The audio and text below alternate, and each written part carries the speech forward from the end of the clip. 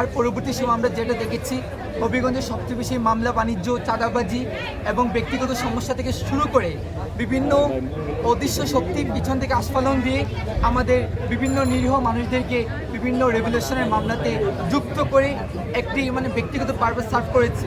ওই জায়গা থেকে বরাবরই আমাদের দায়বদ্ধতা ছিল যে আমাদের কোনো বাইকে যদি হ্যারাসমেন্ট করা হয় এবং সে নিরীহ, ওই জায়গা থেকে আমাদের পাশে দাঁড়ানো দরকার।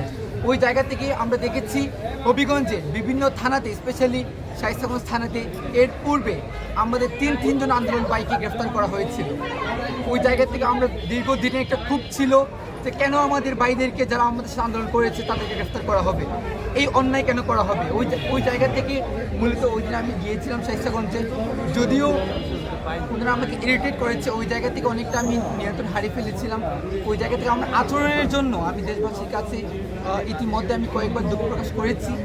এবং আমি যে কথাটি বলতে চেয়েছিলাম, যখন বিক্ষুব্ধ জনতা সারা দেশে আমার হবিগঞ্জে বানিয়েছিল, যখন 9 জন বাইকে একদিনে এক নাগারে শহীদ করা হয়, যেখানে 12 বছরের ছোট্ট শিশু হাসানো ছিল, ওই জায়গা থেকে জনগণ খুবই 17 বছরের নিপীড়ন নিষ্পেষণ থেকে মুক্ত হওয়ার জন্য আত্মপ্রতিরোধ গড়ে তোলে।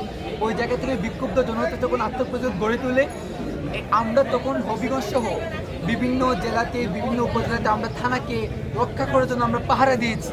ওই জায়গা থেকে যখন আমাদের উপর ব্লেম দেওয়া হয় এবং আমাদেরকে যে ব্লেমটা দেওয়া হচ্ছিল খুব বেশি করে, যে সন্তোষের প্রতি কিছু মানুষ আমরা দেখেছি মায়া কান্না করে আমাদের যে এত বাইকে শহীদ করা হয়েছে, হত্যা করা হয়েছে, ওইটাকে যেন তারা বৈধতা দেওয়ার চেষ্টা করেছে, যেটা খুবই নিন্দনীয়। এবং আমরা মনে করি এটা জুলাই গণঅভ্যুত্থান স্পিরিটের পরিপন্থী। এবং আজকে ওই জায়গা থেকে আমাদের বৈষম্য ছাত্র আন্দোলন থেকে আমাদেরকে ডাকানো হয়েছিল, আপনাদের সাথে কথা বলেছি, আমাদের অভিজ্ঞতা শেয়ার করেছি। এবং আমরা স্পষ্ট বলতে চাই, জুলাই গণঅভ্যুত্থান পরবর্তী সময়ে যারা জুলাই গণঅভ্যুত্থান পরিপন্থী আস্ফালন দেখাচ্ছে, তাদের বিরুদ্ধে আমাদের সরকারকে ব্যবস্থা করতে হবে। এটাই।